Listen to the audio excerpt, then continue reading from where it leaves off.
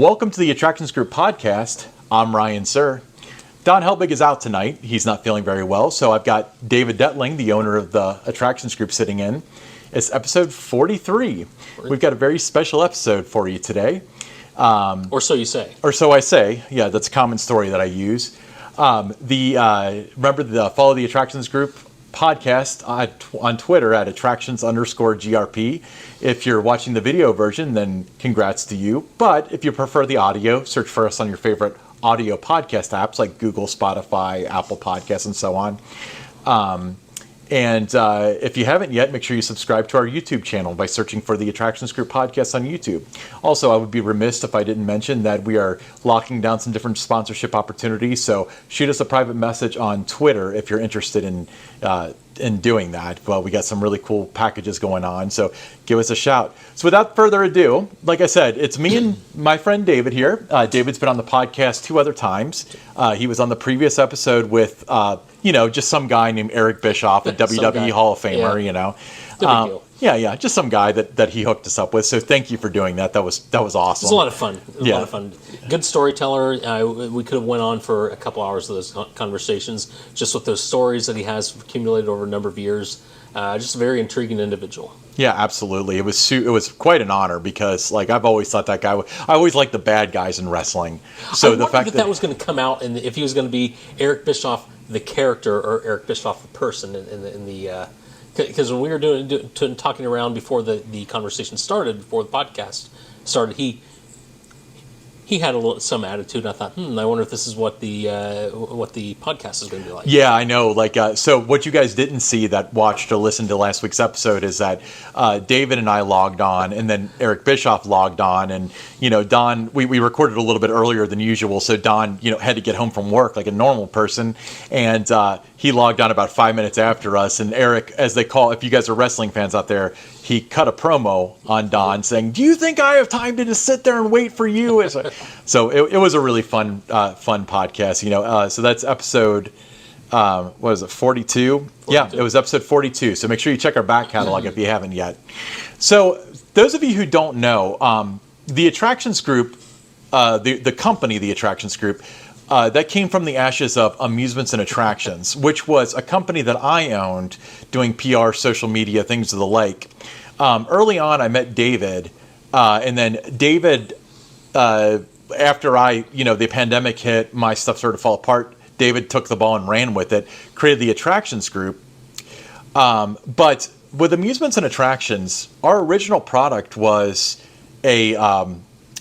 it was like a loyalty program for FECs, And to be clear, we're not trying to sell anybody on this. This isn't a product we have. What we wanted to discuss today was the, loyalty programs on a small scale, like with FECs, and the value to them and how to properly implement them. Mm-hmm. So what are your initial thoughts when it comes to what we learned from the loyalty program stuff? It's not hardly used at all in the family entertainment center space.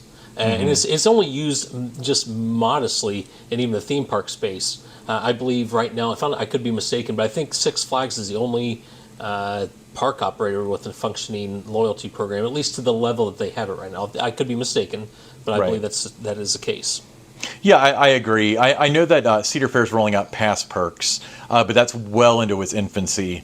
And the program doesn't quite make sense yet, but from what I understand, it's going to, when it comes to fruition, we're going to understand more about you visit more and you earn more. So, the basics of it is, you want to drive attendance, whether it's at an FEC, an arcade, or a theme park, as well as drive spending activities within the facility by doing this.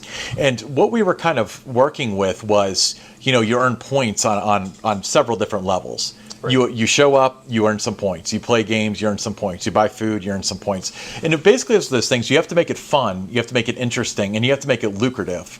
And I remember what was the terminology you used? I know exactly what you're going to say when it came to the payout rewards. You asked me that too fast. It was high perceived value, low cost. That's exactly what I thought you were going to say. Yeah, high perceived value, low cost. So even things like the Fast Pass and stuff like that cost the company pennies. If anything, and what it is to drive per capita spending when you go into, whether it's a family entertainment center or amusement park, or zoo, for whatever the venue may be, it is to drive incentive or and incentivize guests to spend that extra dollar, one more dollar, just to increase that viability, and you reward them by just low cost things. I believe you could do it behind this. If you're a theme park, you could do behind the scenes tour of a roller coaster with employees. They're already working. They're already getting paid. They're already on the clock, and walk a group of people that achieve this status behind to watch a roller coaster go down the hill. Yeah. I mean, it doesn't cost you anything. Right. Yeah. So it costs you a few dollars in labor when somebody could potentially be doing something else potentially. Right. But besides that, it's not. I mean, because you could charge $100 for that tour. But it certainly doesn't cost $100 to put on the tour. You know, it costs little to nothing. You know, and that's why when you do this stuff, it all comes down to a lot of the intangibles are really important. You know, you mentioned behind the scenes tours, the fast passes. One thing that I remember from Past Perks, which was a Cedar Fair thing. Now, is that still in existence? Are they still working with it? I know they rolled it out because I've come across it on the app a few times, but I haven't been a participant. So Past Perks was for 1 year, and then it went away. And then recently, I'm sorry, not Past Perks is the current one.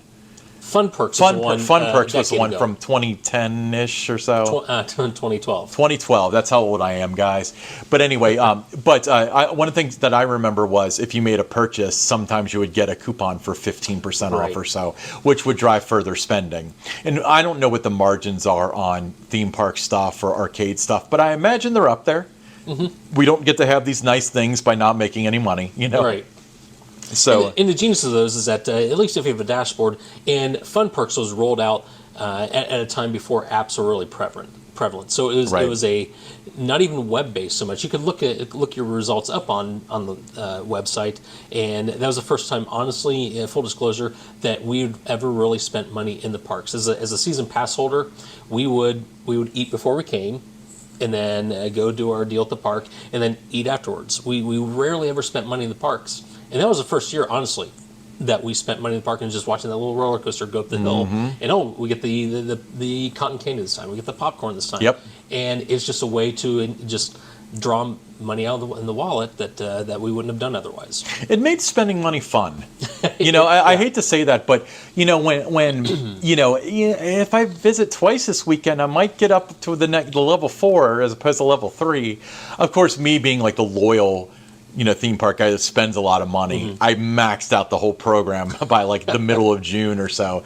But I bet if you know, if that stuck around, it would be a really cool program. But it seems like nowadays with meal plans and you know, a lot of like season-long products that there's a lot less relevance with that. But let me brainstorm with you. Sure. So, we're not running on a script, ladies and gentlemen. We're actually just having a conversation right now. But so if you were going to implement a loyalty program for, let's say, a small scale theme park, so think like an FEC with an outdoor section. So it has rides and stuff, but there is a meal plan, or there are, like, you get season long parking and whatever. So we're not talking about Disney World, but we're not talking about just an arcade. We're in the middle, anywhere in that place. Where would you have the value adds? The value as in the payoff. Like where? Oh, okay. I'm sorry. Let me backtrack that a little bit. No, I think I know where you're going with that. Yeah. Because we did talk about this in full disclosure. This was, I didn't realize until this afternoon Don wasn't going to be here. And by the way, we just get here and I'm thinking, are we going to do a dry run? No, we're going to go right into it. And I'm thinking, okay, so we don't do dry runs here. Well, for the person that's only been in the third chair twice, I would have thought that we would have had a dress rehearsal. You're doing great. Don't worry. No, so I knew that was going to come up, and I kind of thought, okay, I'm going to try to drill through my head a real-time scenario. Right. So in between a couple things I was doing today, got a calculator out, and we'll just go with an FEC with an outdoor plate or outdoor area like you mentioned. And in the calculation I did, and I don't remember I remember the numbers and the end result, but I don't remember how I times everything out. Just assume that the FEC would have 2,000 guests come in per month. Sure. Now, that's a small one. That's probably more, and that assumes there's no crossover. There's no people that come twice. That's just 2,000 uniques. People. Let's say that. And the goal of that was to get those people to spend 5 $5 a month more than they would have otherwise. And I better check my math on this because I want to make sure I get that right. But if you were to take 2,000 people spending $5,000 additional dollars per month, now I might have had 2,500 people. I don't remember the exact numbers because I'm going off of memory, but it was an equivalent to 12,500 extra dollars per month to the FEC. Right. And when you multiply that out, assume you go for a full year in those results, some higher, some low, some months, it's an extra $150,000 to the ownership of that FEC. That's the win. Also, you have people sign up for it. If it's app-based especially, you get data that you wouldn't normally have. When people come in the door, you have birth dates. You now have their spending habits, sometimes depending on how you track certain things inside the location, but you have all sorts of analytics that you can use to market to that. You can see that Tommy really likes the cotton candy reward, so you drive things to encourage certain behavior, and the win on that is you get the analytics. First of all, you can find out when they visit, when they don't. You can send them notifications and push notifications when they don't visit, and then of course, the financial reward of $150,000 that you can use to invest in new games or a new attraction or repairs or a new staff member. Oh yeah, absolutely. So when we talk about that, let's move up to a theme park that has like a meal plan. Okay. With a decent season pass base, so people are parking for free, they're entering for free, and they're eating. They're not eating and parking for free. They prepaid for it. Let's be clear.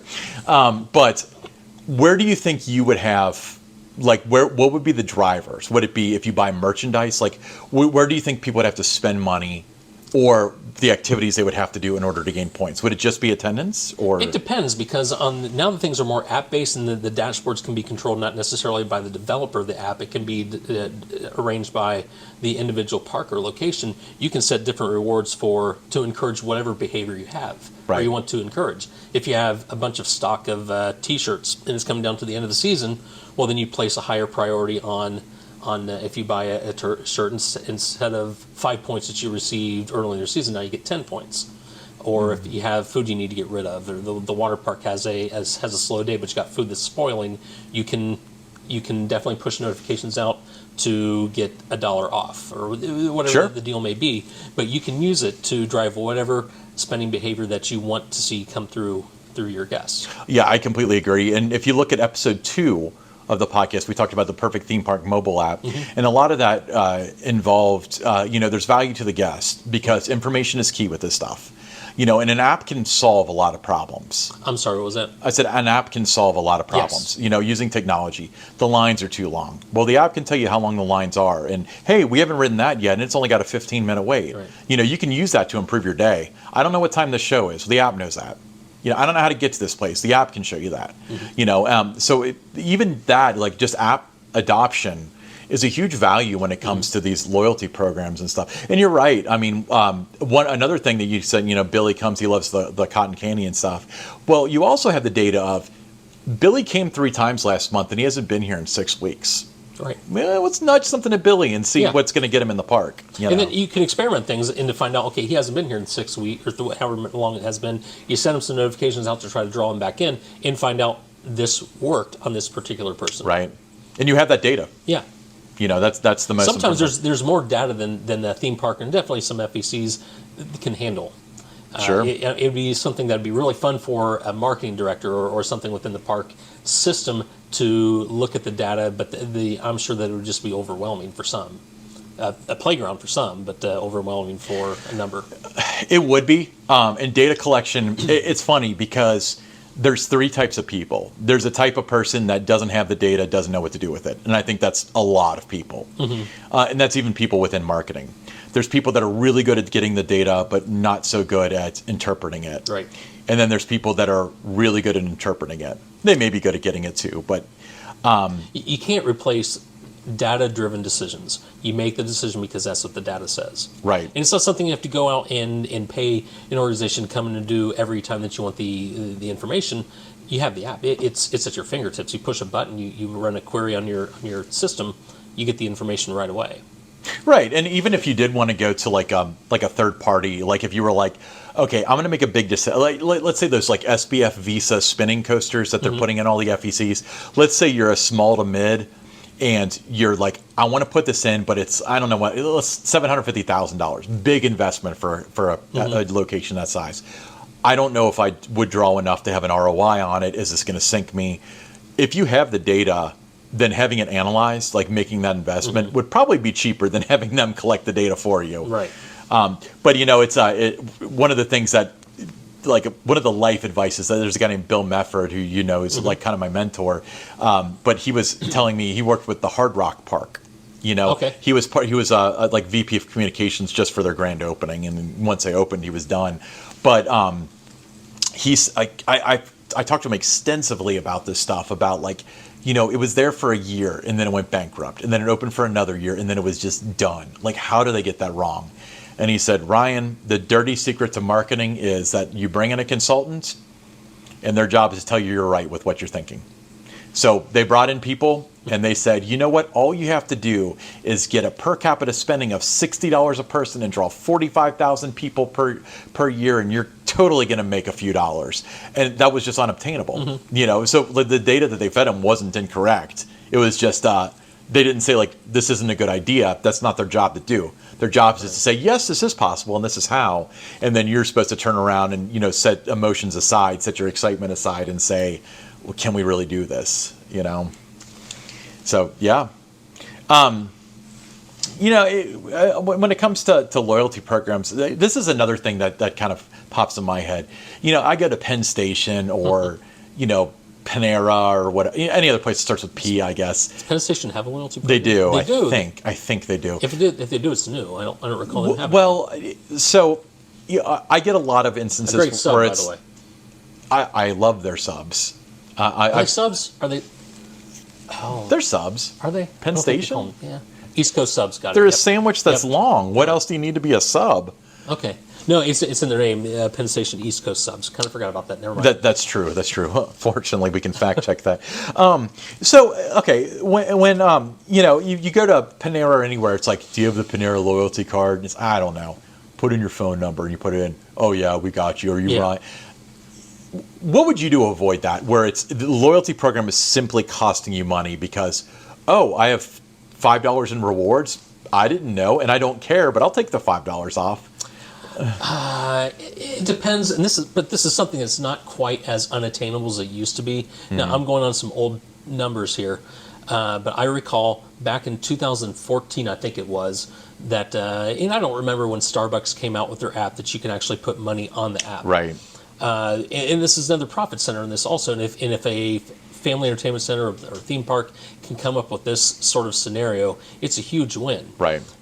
Now, the 2014 numbers, I couldn't tell you what they are now, but I remember for whatever reason, a project we were working on, I had to know that number. Starbucks, you could put any number, any dollar amount that you wanted onto your app, and you just go up and you scan it, and they take the money out. At that time, in 2014, at any given time worldwide, Starbucks had up to, I believe the number was 4 billion with a B on that app at any given time. Some days it was lower, some days it was higher, but it was some astronomical number. Now you think about earning interest in some sort of deposit account and keeping that as a floating balance, what you're making on that. You're making money hand over fist annually just by having money on an account.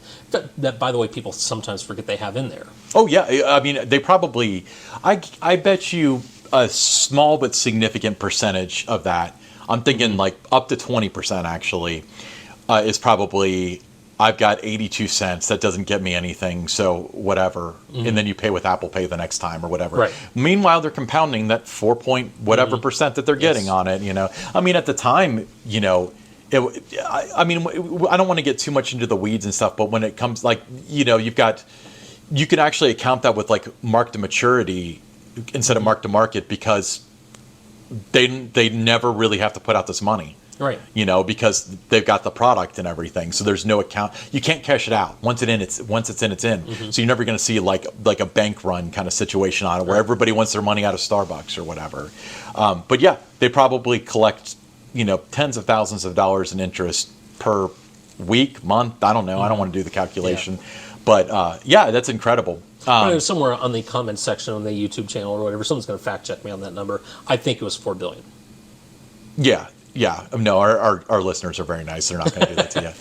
Absolutely. No, but you do make a good point, right? Regardless of whether it's $4 billion or if it's 250,000, that's money that's sitting in an account collecting interest. You know, and I don't know this for a fact, but I'm relatively certain that there's something about it that's less expensive from a processing standpoint with that. So I know that with Kroger in the Cincinnati market recently started taking tap payments, Google and Apple Pay.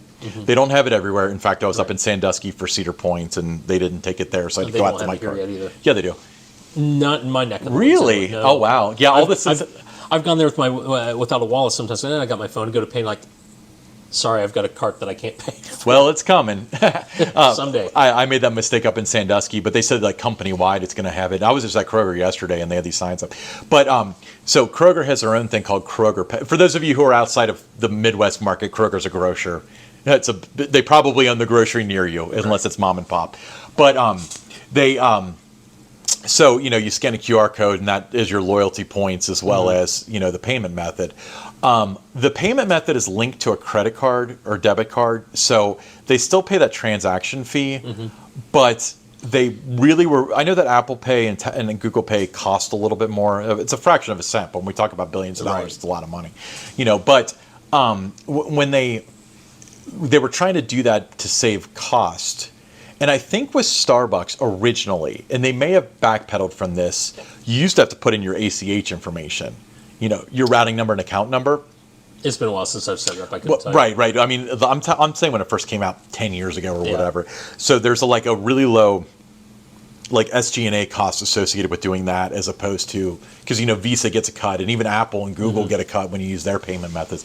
That's what a lot of them are trying to avoid. But I'm not saying that that's necessarily viable for this, and in fact, the world's changed quite a bit. So, but having the declining balance may actually save money. Yeah, it's possible. Now, asking people to put in routing number and account number, no one's going to do that. Yeah. No one's going to do that nowadays. But you link your debit card, and it's a little bit easier, or whatever. Especially if you're sending your kid. That's another thing that we kind of discussed. You know, when we were talking about tier 2 loyalty programs, the next thing we wanted to do, and we didn't have the means to like implement this, so we didn't really talk it up. But if you remember, the level 2 for this was going to be after the loyalty program's established. It's like, okay, you've got this card. Now, you know, Miss Smith can load $10 onto Billy's card when he goes, you know, to the arcade to use, and she doesn't have to give him cash. Well, I mean, everything's cashless now. That wasn't the fact at the time. But, you know, so that's another thing where it's kind of like, you know, out of sight, out of mind with the money. I mean, with Starbucks, you have to load a minimum of $10, I think. That's a big pain point for a lot of people, but they do it, you know, because that's how you get your points. Not so much anymore when the coffee's $5. That only gets you 2. Right. But the thing that, like, my girlfriend drinks Starbucks, not a lot. She's not like you. But she drinks it a couple times a week. Yeah. You know, and she's always, oh, God, I don't have any money on my app, and I have to load $10. Because she doesn't want to load 10 because she's spending 10 when it costs her 5. You know, but she'll do it. Right. She'll do it because she's got no other choice, because if she wants those points. Because, again, they can give you a coffee with a high perceived value of $5. Right. My friend gets a coffee there with extra shots of whatever in there, and it's like retails for like $9. But, you know, it costs them 38 cents maybe, and they'll give it to you for free after 12 drinks, after you spend $100 there or whatever. But I think what a lot of places get wrong is that they do the loyalty program that is, you get, you know, in coffee, you order 10 times, you get the 11th free. Right. Or a family entertainment center that might have loyalty programs, you visit 10 times, you get some reward. Right. And there's no background change to that. It's just based on one behavior. Right. It's just showing up, basically. Yeah, and then so there can be a win. It can drive attendance, but at the same time, it's like, do you have a loyalty card?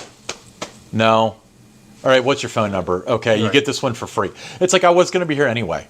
Yeah. You know, so that's one big thing to consider when you do these things. Yeah, they have to be marketed properly. The problem, it is tough to get people to download your app, especially if you're.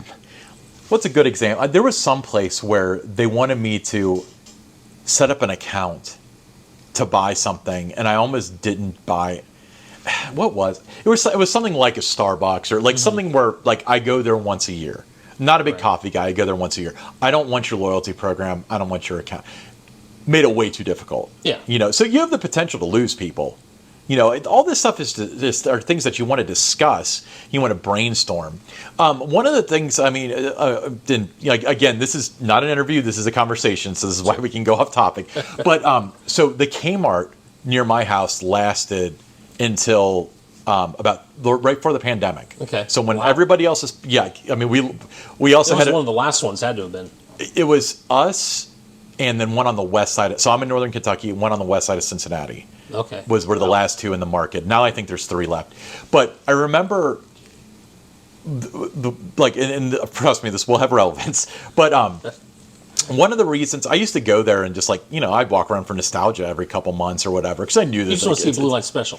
Yeah. I don't know if they did that. They brought it back after they had it and then it went away and then they brought it back with the Sears merger and then it went away again and anyway. But so every once I'd be like, you know what, this is a good deal. I'm going to buy it. So I would grab something and then I'd see that there's 3 people in line at the register and be like, yeah, I'm not buying this. Yeah. Because I'm not going to wait. And the reason why is because their transaction time was way too long. Mm-hmm. Because I can tell you this because I remember this. All right. Do you have a membership number? It's like the Sears, whatever they call it. Mm-hmm. I don't know. Put in your phone number. Do you have any other number? Are you Ryan? Yeah. Okay. It's beep, beep, beep. Do you want to round up for whatever charity they were supporting? Yeah, sure. Okay, go ahead and hit that. Okay. Is it debit or credit? It's credit. Well, then hit credit. No, I'm sorry. Hit cancel. That was the old thing to do. Now it shows it on the screen, but it used to be hit cancel. Okay, now swipe your card again. Okay, hit cancel again. You're putting me to sleep with this process. Right. So literally, if somebody was buying a candy bar, it was 2 minutes. Yeah. And then and people would give up in line. Sometimes the transaction. If you see somebody with a cart full of groceries, it's going to be a while, but you get it. If somebody's buying a pair of shorts, and it's just do you have the loyalty number? Do you have this? Do you have that? It goes way too long. In some places, quite honestly, and I'll say where a drugstore, just one of the local ones here in Cincinnati. I won't mention which one. Every time I go to check out something, they always ask, "Are we part of their perks rewards? Or what are the program is?" Right. And to be honest, I've had so many phone numbers just in the last 5 years because used to when you'd switch from Verizon, well, it wasn't Verizon at the time, but Verizon, AT&T, or to T-Mobile or to Sprint, they had to change numbers. It's only been a recent thing that they could port the numbers over, and when I say recent, within the last 10 years. Right. So on any given place, because you've been to the CVS or the Walgreens, any number of times over the last decade, they probably have any number of 10 numbers of mine. And when it comes up to what's your phone number? I don't know. I try this number. Okay, then try this number. And to be quite honest, the ones where I do go, whether it could be a hardware store or a drugstore or whatever, you give them their loyalty number. I've never seen anything so much as an email from them, a notification, or we get stuff from them at least a couple times every other week. Right. I've never seen any kind of reward from it. So we're getting giving the information to them, but we're not really getting anything back. So I think a lot of places have the loyalty program, but don't do anything with it. Yeah, it can definitely be a drainer. It can be something that costs you money. And I think I know the company you're talking about, and I'll neglect to mention their name too. But one thing that I have noticed, and I kind of brought up this example earlier, was sometimes I'll go there, and I go there because I'm going to go there no matter what, not because the loyalty program. Right. And I buy 24 pack of Coke Zero, way better than Diet Coke. And they're like, do you have I put in my number? No. You want another one? I put in my old home phone that hasn't been around in 10 years. Okay, you've got a $2.50 reward. So it just costs them $2.50 a margin for something that I was going to buy anyway. Yeah. That's a good example of what not to do. So having a culture around it is really important too. But the thing though is you have to have a plan where even if you have the best loyalty program, it's just going to drain your resources unless you do it right. Because it can push the behaviors, but it's not autonomous. It's not AI. Right. It's not going to do. I mean, AI will be involved, I'm sure, by the end of this conversation. But it's one of those things where you have to decide what direction you want to go with this. And okay, we're going to give rewards. If you spend this much, you get this much back. We got to make sure that people know this so it affects the Right. behaviors. So hey, I got 250 off at the local drugstore. I'm going to get my drinks there, and then I'll pick up some other stuff too, rather than put in your phone number. Hey, you got 250 off. You want to use it now? And I think that's a huge problem, and I think that's a huge drain of resources. And if anything, it just again slows down the transaction process, which hurts, in a lot of ways. Okay, so David, you and I have researched together loyalty programs quite a bit. We talked about driving the behaviors and what makes them work, what makes them fail. We discussed a lot of scenarios where loyalty programs they're just drags on resources. Right. They cost money. They expand transaction time. What are some things that you would tell somebody that runs like a small FEC, maybe just like an arcade, that wants to do this but wants to make it successful? Like they basically have a framework of a loyalty program, but the things that you would put around the program in order to make it so it actually drives the behaviors that you want it to drive. I think number one would be you don't just set up. There's no end date on it. Right. Is that you set it up, and now if you want to go this route, you're kind of married to it. Right. You have to believe in it. You need to make sure that you, whenever you achieve this goal, you're setting the next one, or actually you're setting the next goal before you hit the one before.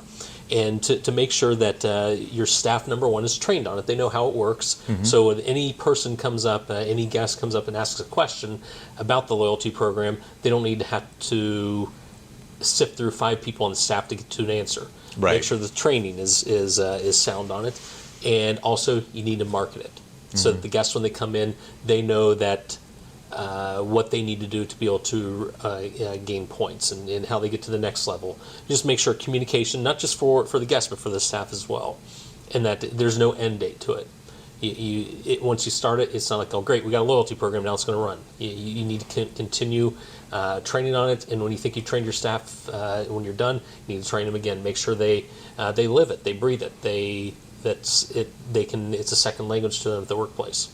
I agree, and also I would contend that training the customers, right? The customers need to learn too, right? And again, what I'm trying to avoid is like, hey, I want a $25 game card. You got $5 off. Okay, then here's 20, I guess. Yeah.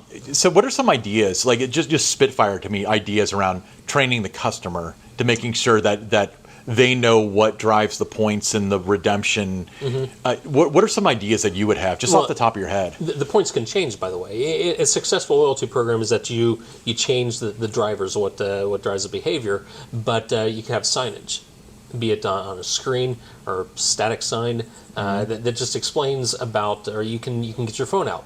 Loyalty programs don't have to be app-based. They can be web-based, that you can get the QR, they can scan it, they can sign up that way. And so just to make sure that every time they turn around, there's a reminder of what they're doing. And those incremental costs are small. But it's just a matter of making sure that not around every corner. You don't want the guests to be bludgeoned by it every time they turn around the corner, but so that it's always a constant reminder that this is something that is offered to you. They don't have to know that it's all there to drive incremental spending or per capita, but it's just something that continually reminds them in a marketing sense that they're rewarded for X, Y, and Z. Yeah, I agree. What are some ideas as far as like, I've got the loyalty card to Jim's Arcade or whatever. I haven't been there in a few weeks. They want to drive the behavior of me coming back. Would you do mailers or email? Like, what in today's world would be the ideal to do that while implementing the loyalty program? That is what comes back with the data, because how you market to that person depends on the age. Mm-hmm. Now, if you're my age, you might slip it in the mail. Right. And send a mailer. Telegraph. If you're, Telegraph, Western Union. But if you're someone that is 13, whatever age a student has a smartphone, you're going to communicate with them differently, and it might be someone in their 20s and 30s. You'd send an email to them, but when you're getting under 20, you don't even do email. They have you can ping them by I don't know if text message might be might be a little intrusive, but at the same time, you do have those analytics when you have them sign up. You put whatever fields you want in the queries for the information you want. It can be email, it can be cell phone, it can be a Snapchat address. Is that correct? I don't have Snapchat, by the way, but is it an address? Is that what it's called? So Snapchat is more. You can market to people on Snapchat, but it's more like you could buy ads. Bad idea. Okay, but you can buy ads and you can target people that way. But I mean that comes down to the data as well.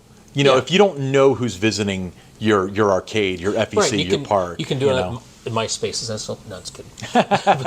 but do it through Instagram ads or through Facebook ads. Yeah, absolutely. And again, data's key.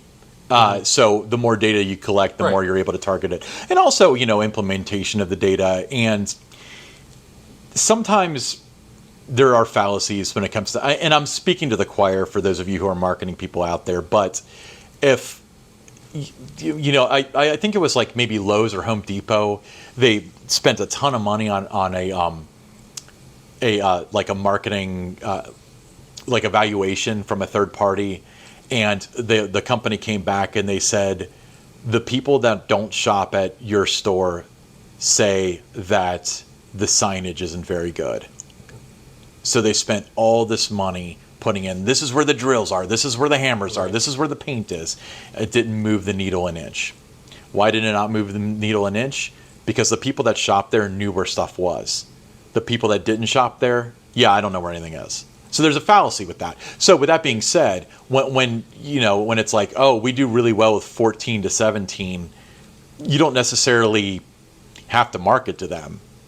Right. It's a lot of it is like, well, if we're going to try to do 21 to 25 and have like happy hour, like a lot of places are doing that now, that would be a good like growth opportunity. You don't want to market to the people that are going to be there anyway, and you don't want to market to the people that aren't going to come no matter what. So your 65 and older crowd probably aren't really going to do great with your arcade. But the noise could be too loud, but they wouldn't hear it anyway. That's a little ageist, but okay. All right, he's kidding. I swear, no cancellation. He's kidding. And that's all right. I'm approaching that age. I'm making fun of myself. Exactly. My most common question is what. So yeah, I'm joking at myself. He learned that from his kids. They're what, Dad? Anyway. All right, David, do you have any final thoughts, words of wisdom that you wanted to share that didn't come up when it comes to loyalty programs? No, honestly, for loyalty programs, for me, and I'm a data person, I like data. I like being able to get any kind of information, any kind of data analytics I can get to make a data-based decision. And when social media was my last stop as a marketing director, as a W-2 employee, social media wasn't even a thing yet. And social media, it was, but marketing through it wasn't. And in that time, I was a one-person marketing department for the organization I worked with. Now, in basically, we did everything was mailers and email and website. That was pretty much the extent of it. And that's just about the time when you could do ads on Facebook. When that was just started, you could do Google AdWords. You could do Google Buzz, which that tells you how long ago that was. A while ago. And that was before even Google Plus, which is no longer a thing.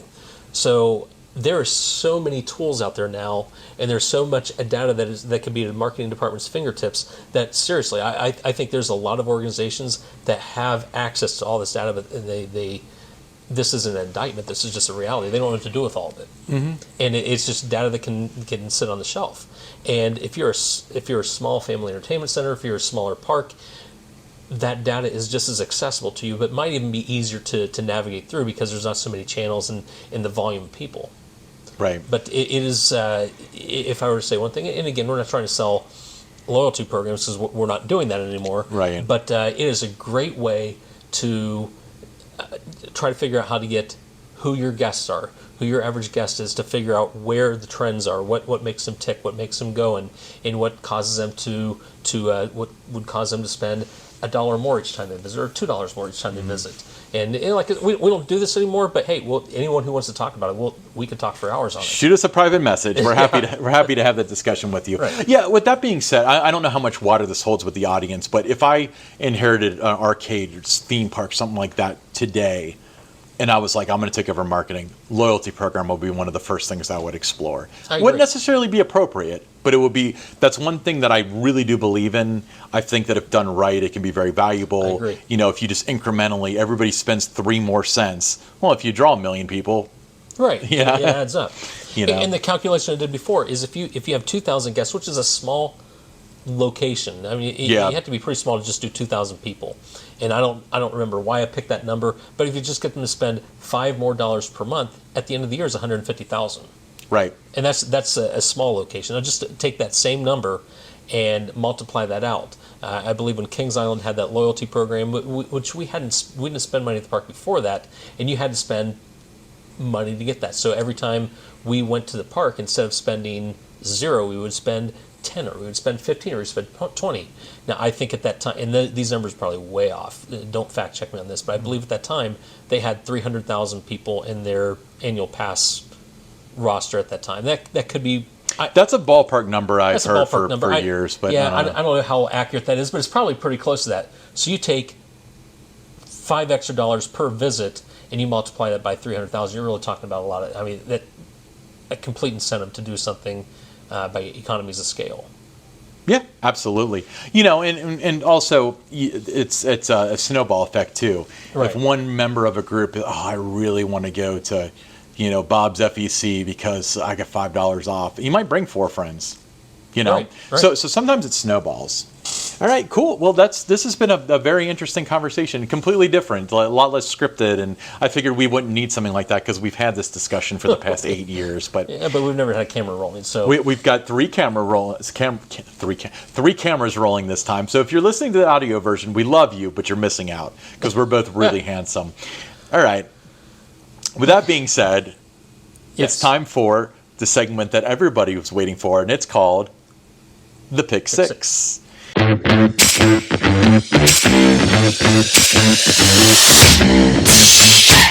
right. Sorry, Don.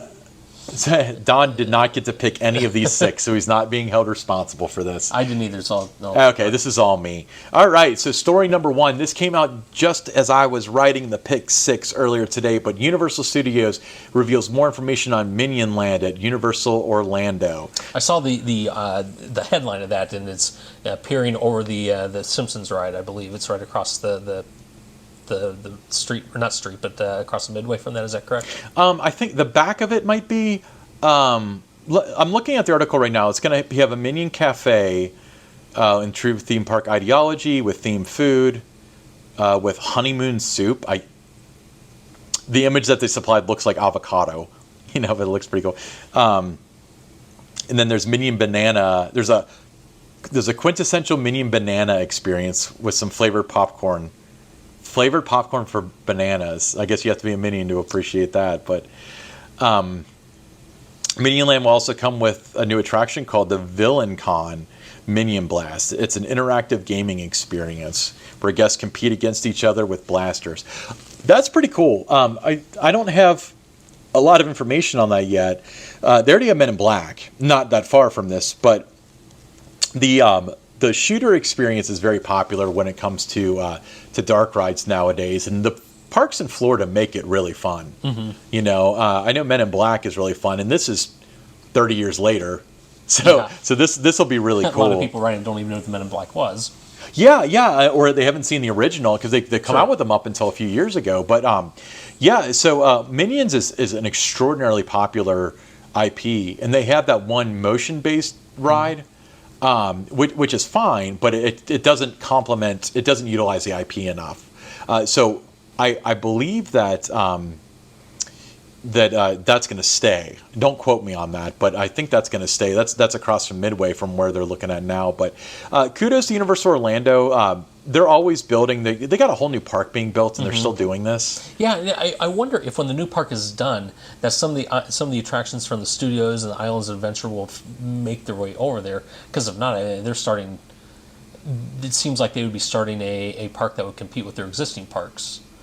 In some manner or form. Maybe there probably is some cannibalization, but I think if anything, it complements it. Sure. So I've got a friend that works for Universal, and he's like a mid-level manager, not in marketing or anything like that. But the way he described it to me, at least their mentality like 10 years ago was they know that they're not going to take Disney people away. Or at the time they did. This could have changed because it's a whole other game now. But they were like, if somebody was going to spend 5 days at Disney and 2 days at Universal, if they can get one of those days away from Disney, that's their goal. And that's a lofty goal because that's still a lot of people. But, opening a third dry park gate, well, fourth gate overall, they might be trying to go head-to-head eventually. And they're putting a lot into this. I think they're putting some pressure on there because there's even rumblings that we heard years ago, not quite a decade ago, but it cooled off for a long time. But now Disney's even talking about creating another gate. There's not a lot of it. It's more rumor right now. But so it is rumor. But so where that came from was with they're clashing with Governor Ron DeSantis, and Disney's board before DeSantis' his board came in. They came up with a charter, and there was something mentioned in it about the ability to open another gate, but it was like the time frame was like 10 years from now starting construction. So Disney is strong enough now that they can just kind of add to their parks and be okay. Right, and that's kind of what they've been doing. And I know that like 15 years ago or so, there was a lot of rumblings that Disney's going to put in a thrill park with roller coasters. I think that would be so incredibly off-brand for Disney. They'd put it in, and then they would change it to look at California's Adventure. That's what they try to do. Oh, we're going to make it a Midway, and we're going to make it a pier. Guess what? It's not. Right. Now it's like Pixar themed. It's off-brand. It hurts the brand in a lot of ways. A lot of people can do it. Disney can't because Disney's standard is set up here. But you're right. I mean, it's the fifth gate will come someday, but it would be difficult to kind of like guess what the theme would be. I've heard Disney villains, but Universal's going to have a whole villain section to Epic Universe, from what I understand. So then again, they both have studios parks. So True. I don't know. Anyway, story number 2. Now, before you go off the Universal, and I didn't see that on here, but also in an IAPA bulletin today, there's a, maybe it was an IAPA bulletin, I don't recall where I read it today, that in 2024, the Spider-Man ride experienced a 3D ride at Universal is going away in 2024. Is it? I read that today. Maybe when you put this out on the when we publish this, we can put the link out there to it. I'll have to look it up. Yeah, we'll have to link to that. That hurts my heart. I love that ride. But I love that ride. When I first rode that back in 2000 when the park opened, it was hands down the most incredible thing I'd ever been on. It was so intuitive. I'd never seen anything like it. The 3D experience. And then I remember when I went down there, and I'm a line snob. If the line's longer than 20 minutes, I don't ride it. Right. And the line just happened to be 15 minutes when we went down back in November, and I remember it wasn't quite the experience I remember because I have to admit, okay. So I have to admit, when I first rode it, and this was probably 2009, I thought it was the greatest thing in the history of the world. Then I wrote it again in like 2012, and I remember thinking, I remember this being better, like less screens and stuff. With that being said, it is excellent. Like it's so there are so many like innovative moments and stuff. But Universal, from what I understand, is having some sort of initiative of trying to get away from being the screen-based park, and maybe that's going to be part of it. Anything that they put there is going to be equally as excellent. It is much better, and maybe even with the Spider-Man themed ride, it's just there have been so many iterations of Spider-Man since it was put in. Yeah, I agree. Anyway, story number 2. Massive world-class dinosaur theme park planned for Hudson Valley. This is in New York. So developers hope to build a world-class inclusive dinosaur park in the intersection of Route 17 and Barron Road in the town of Montgomery. The park will feature life-size animatronic dinosaurs, educational experiences developed by paleontologists associated with the University of Texas and the American Museum of Natural History. So, dinosaur parks. Some of them are really cool, but I feel like they've been done. Maybe for different areas, I believe that there have been different dinosaur parks that have popped up, but maybe this is an area that has never had one, and I'm not sure what research they've done to come to this decision, but I'm sure that you wouldn't get investors on board if there wasn't a demand of some sort for it. That's true, and also it's there's also something to be said about like there are kids between the ages of like 3 and 6 that are obsessed with, like, you have to be obsessed with dinosaurs at that age. At least the vast majority. So there'll probably be a revolving door of customers from within 100 miles or so. So that's kind of cool. The dinosaur stuff, I feel like just more could be done. Because we get a lot of like the circular hand motion and stuff at every park, and I just think that it's it's beneath it. But again, kids don't care, and they would probably really enjoy it and maybe learn something. So good for them. All right, story number 3. So the Holy Land experience, the holiest theme park in Orlando, costs $130 million to build. It's demolished now. So I drove past it a couple times, years ago. The reason why I actually knew about it is from the YouTuber Adam the Woo. I think you mentioned him as well. I actually would have liked to have gone. It looked really cool from what they were doing. They do like the resurrection and stuff every day or on the hour. And it's like, I think it would have been neat. But I think that if you go on vacation, people that are like super religious, I know that when I was in college, I worked at Best Buy, and it was near the Creation Museum. We got a lot of people from Kansas and the Rust Belt, Bible Belt areas that came in hundreds and hundreds of miles to go to the Creation Museum. Maybe they just weren't Orlando people. I don't have any data to back it up, but that's all I can think of. Yeah, I know that driving through I-4 sometimes from the airport or from downtown to get out to the resort area, driving past it, I like Roman history. Yeah. And so they had the replica of the Roman Colosseum. I think it was the Roman Colosseum. I've never been to the park myself, but it was one of those you drive past and like. It would be kind of interesting to go through there. And I read the article that you have here, and they had Broadway style shows. Yes. Which would be kind of unique. I think I don't know that I have any firsthand account experience of people that have been there that I could relay, but it sounds like it would have been very historically interesting. Yeah, I agree. Because my understanding, and I'm not certain of this again, because all I have is YouTube videos that I've seen, is that it wasn't all like just biblical. They tried to make it accurate to the archaeological history of that area of the world during that time period, which would have been really fascinating. But yeah, it's becoming a hospital. I think it's Advent Health, maybe. That's correct. I can't find it in the article, but Advent Health bought it. So what's done is done. It's I know that they took forever to tear it down. If you following the Adam the Woo YouTube channel, he went there a couple times and they had part of it torn down, then they left, and then tore down more, and then they left. But it's unfortunate. Like a lot of things, I believe they were operating fairly well up until about the time that the pandemic hit, and that just if the business was declining before then, it just killed it. Yeah. Okay, so next on to sports. According to ESPN, Florida man kicked out of SeaWorld for fishing. Oh, yeah, on the face of it, that's just funny. It is kind of funny. Like, I mean, didn't they notice something interesting? The guy coming in through the gate with the tackle box and some fishing poles. Maybe he had the little vest that had all the little hooks on it and the bucket hat. And, wouldn't that raise some flags in the line queue? Maybe, but apparently this is the internet prankster YouTuber Ricky that did this, and he started fishing out. I hope none of the rare fish were injured and stuff. It's kind of funny, but apparently he was apprehended, and it's probably one of those where the headline is funnier than the actual story. Yeah, absolutely. Yeah, this is coming out of ESPN South. So Florida man kicked out of SeaWorld for fishing. You can't make up stuff like this. No.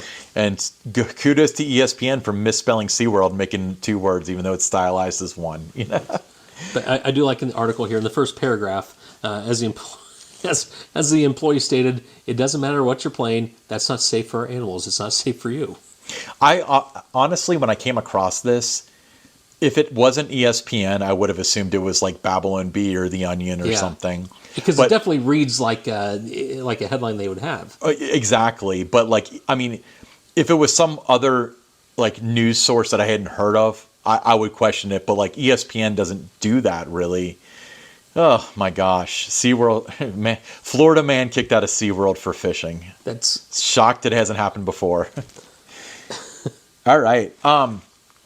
So number 5, this is actually really cool. So we saw some of this at IAPA, but in Arizona they're going to open up the first ever Mattel themed theme park, and they're going to have like Barbie and Hot Wheels and stuff. But they had one of the cars for the Hot Wheels roller coaster at IAPA, and it looked so good.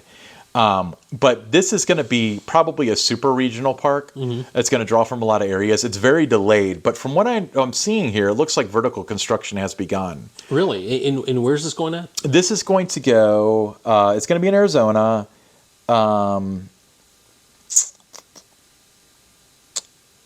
Is that Phoenix? Phoenix is about the only population center in Arizona, isn't it? I want to say it was I'm usually Tempe. fairly good on geography, but I haven't boned up on Arizona. Okay, let me. Yeah, you got to catch up on Arizona. That's top of the alphabet, so you should have hit that one already. Let me Google it because I don't want to say something that's wrong. But yeah, it's going to go in Arizona. Let's see here. Let's see, Glendale, Arizona. Which is a suburb of Phoenix, correct? I don't know that. I started at the end of the alphabet and started working towards the top for my geography lessons. But yeah, it's anticipated opening for 2024. I think it was intended for this year originally, but it's just, supply chain. Every park has not opened their stuff on time this year because of stupid supply chain problems. But kudos to them. We're certainly going to watch that construction. That's going to be very interesting. And hopefully it's very successful because I'd love to see a park in that part of the country because it's a little separated from like Southern California and Texas, and those people kind of have to go there for quality parks. A lot, yeah. Okay, last one, story number 6. In our backyard. In our backyard, yeah. So mega FEC, Scene 75, based out of Dayton, Ohio, friends of the show, have sold.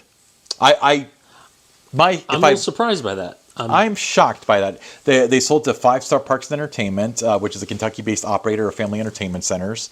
And there was at Panama Jacks that they also own down in Louisville, I believe. So Scene 75 is award-winning. They've won several IAPA Brass Ring Awards. They are constantly busy, constantly having good ideas, constantly innovating. They were not hurting at all, which to me means Panama Jacks, 5 Star Parks and Attractions, made them an offer they can't refuse. I guess, because you got to think of it this way: if it was a downturn in the economy, they've already survived the worst. They had to be shut down entirely in 2020. Well, even go back a little the year before that. Their flagship location in Dayton was destroyed by a tornado. I believe that was 2019. 18 or 19. It took them about a year and a half to rebuild it. Okay. Now, you talk about a true American story. They rebuilt it and doubled it in size. But yeah, you're right. Their flagship location at the time was destroyed by this terrible tornado that rolled through Dayton. And they rebuilt it themselves. And then immediately when it reopens, pandemic hits, they're shut down for months. And so you put in all this investment to expand your facility, and then if it wasn't the next year, it definitely wasn't too long after that. It was less than a year after. It was within 4 years or so. No, because I'm saying from the time the tornado hit until the beginning of the pandemic. Oh no, it might have been a year or two. It might have been the next year, but definitely not more than 2. Right. Well, I'm saying like 4 is a huge margin of error, but it was definitely right before, And then right upon reopening, you have to shut down. There's no decision they could have made to change anything about that. Everyone had to shut down. And then when you can reopen, then people aren't supposed to touch stuff. You're not supposed to be interactive. And then you have to terrible sanitize experience. Everything. Yeah, a terrible experience, especially for an indoor location. Yeah. And then you survive that to the point where now 2023, things are pretty normal. Right. And now that they survive the worst of everything and come out looking fairly decent and probably more than fairly decent, and then they choose to be acquired by another organization. So it's surprising, right? So the head honcho, it's the Sandler family that owns it. Jonah Sandler is kind of the head honcho. He's the decision maker. He's about 40-ish, so it's not like he's retiring. I mean, maybe he is after this, but could be. But yeah, it's intriguing. It'll be interesting to see what they do with it. Scene 75 locations are currently in Cincinnati, Dayton, Cleveland, Columbus, Is it in In Pittsburgh? Chicago. Pittsburgh closed, so Okay. Pittsburgh didn't reopen after the pandemic, I think. So the 3 C's in Ohio, and then And then Chicago, the C in Illinois. right? Then the C in Illinois, exactly. So yeah, I mean, still visit them and support them. They're really good people, and but we'll see what happens. If you want that SBF spinner coaster, then that's a good place to get it because they have it at The Columbus. coaster they have at the IAPA Expo every year. Yeah, exactly. All right, cool. So hey, thanks for being an excellent co-host, standing in for Don. Thank you, Don, for not feeling well tonight, I guess. Yeah, well, Don anticipates being back next week. So thanks you everybody for listening and watching. We really appreciate it. If you haven't yet, make sure that you subscribe to our YouTube channel by searching for the Attractions Group Podcast. Look for us on all your favorite podcast audio apps by searching for the Attractions Group Podcast. Links in the description. Follow us on Twitter at attractions_GRP. And if you're interested in sponsorship opportunities, to shoot us a private message on Twitter. We're finalizing some, but we still have some spots open. But thank you, everybody. Thank you, David, once again. Thank you, Ryan. It's been fun. We'll see you next week. All right.